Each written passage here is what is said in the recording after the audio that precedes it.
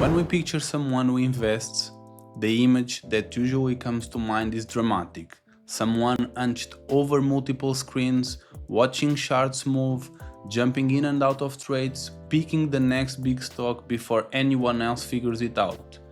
That's the version Hollywood likes to show us, and it's the version a lot of finance content is built around.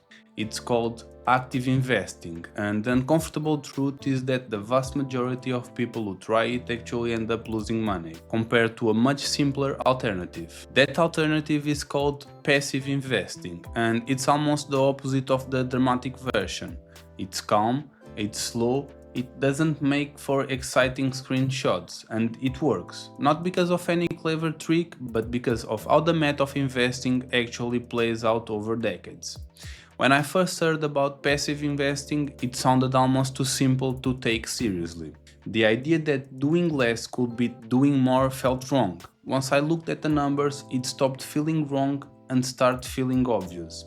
In this episode, we are going to break down what active and passive investing really are, why one consistently tends to outperform the other for regular investors, and why understanding this single distinction can save us years of frustration and a lot of money. Hey, I'm João and welcome back to Investing Basic for Beginners. So far in this series we have covered why investing matters, how the stock market actually works, and the three core building blocks: stocks, bonds and ETFs. Today we are answering one of the biggest questions that comes up after the basics are clear. Do we try to beat the market or do we just join it? This is the question that separates two completely different approaches to investing, and the answer matters more than people realize. Get this right at the start and decades of decisions become much simpler. Get it wrong and we can spend years working hard at something that quietly costs us money the entire time. Let's start by understanding what active investing actually is. Active investing means someone, either us or a professional fund manager, is constantly making decisions about what to buy, what to sell, and when. Which stocks looks undervalued, which ones are about to break out, is the market about to crash, or is now the moment to put more money in. This is the world of day traders, stock pickers, hedge fund managers, and the entire mutual fund industry. The goal in every case is the same: to outperform the broader market. If the S&P 500 returns 8% in a given year, an active investor is trying to do better than 8%. That's the entire point of being active. If we are going to put in the time, energy and fees, we had better get more out of it than just buying the market would have given us. And it is where the data tells us a story that surprised a lot of people. Decades of research across multiple countries and time periods consistently show that more than 80% of professional fund managers underperform the broader market over a 10-year stretch. Over 20 years that figure climbs even higher. These aren't amateurs. These are people with full-time research team, real-time data feeds, advanced degrees, and direct access to company executives. And the majority of them, year after year, still end up doing worse than someone who simply bought a low-cost index fund and ignored it. If the professionals struggle this much, the realistic chances for a part-time individual investor trying to do the same thing are even slimmer. This isn't about intelligence or effort. The market is just genuinely difficult to consistently outperform because every active investor is competing against every other active investor, and the average outcome before costs ends up being roughly the market itself, minus the fees and trading expenses each one is paying. Passive investing is the opposite. Instead of trying to beat the market, we just buy the market. The way we do that is by investing in broad index funds or ETFs that track a large group of companies, the S&P 500s, the total US stock market, or even a global index that spans market worldwide. And then we leave them alone. There is no picking individual winners, no guessing about market timing, no reaction to every news headlines. We are not trying to be smarter than the market. We are accepting that the market itself as a whole has historically delivered solid returns over long periods, and we want to participate in that. The underlying logic is straightforward. Over any short window, the market is unpredictable. Stocks goes up, stocks goes down, sometimes for reasons that don't even make sense. But over decades, the market as a whole has consistently trended upward because the companies keep producing more goods, finding more customers, and generating more profit. By holding broadly across hundreds of thousands of companies and waiting patiently, we ride the long-term trend without needing to predict any single twist or turn along the way. This sounds almost too simple to work, and that's part of why people resist it. It feels like there should be a more sophisticated answer, but the data has been remarkably consistent for decades. Simple, broad, low-cost ownership beats most of the clever strategies built on top of it.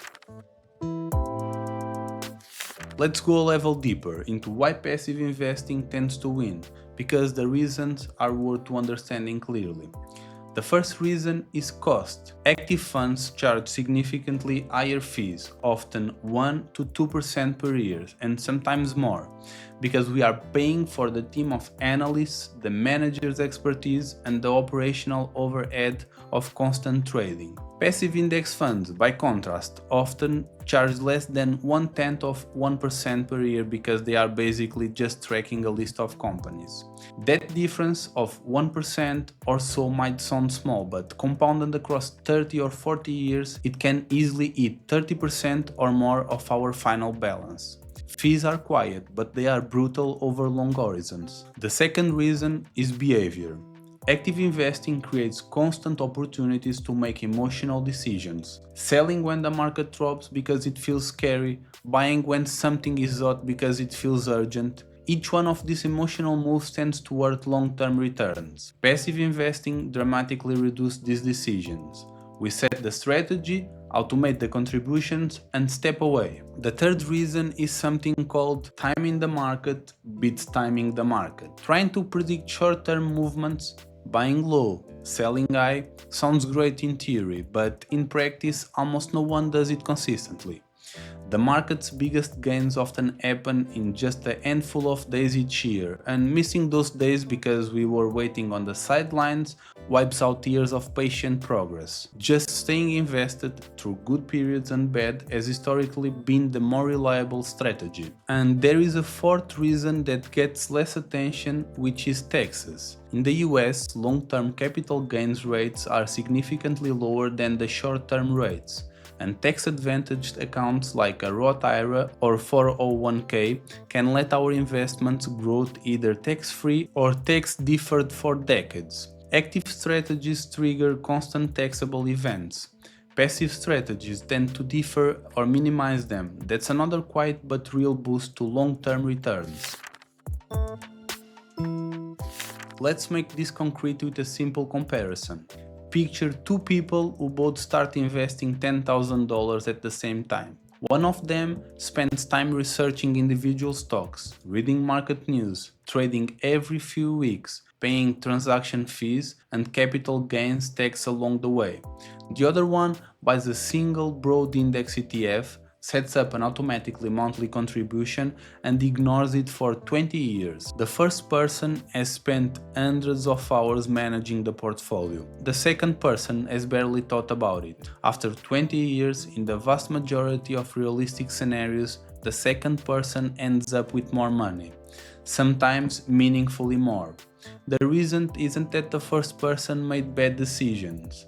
It's that the cost of being active accumulated over time is almost always higher than the value of being active, even for skilled investors. It's not a story about intelligence or effort, it's a story about how the math of fees, taxes, behavior, and compounding plays out over the long horizons. Personally, this is the framing that finally landed for me. I used to assume that more effort meant better results, the way it works in most other parts of our life. But with investing, that intuition gets it backwards. The less we touch, the better the system tends to perform. So here is the takeaway. Active investing means trying to beat the market by picking individual stocks, timing trades, or hiring someone to do that on our behalf. Passive investing means owning the market itself through broad index funds and ETFs and letting time do the work. For most people, including beginners and even most professionals, Passive investing is cheaper, less stressful, and more effective over a long period. It avoids the major pitfalls of fees, emotional decisions, and tax inefficiency that quietly drain active strategies year after year. This doesn't mean active investing is always wrong, or that no one ever beats the market. Some people do, but the realistic odds, especially for someone starting out, point toward the passive approach. I'd say it's the strategy that needs the least amount of expertise, the least amount of time, and the least amount of luck. And that's exactly what makes it work. In the next episode, we are going to get practical. We will walk through how to actually start investing even with $100, from opening an account to choosing a first investment to building the consistent habit that turns small monthly amounts into something significant over time. If this episode helped clarify the active versus passive question, hit subscribe so you don't miss what's coming, and I will see you in episode 5.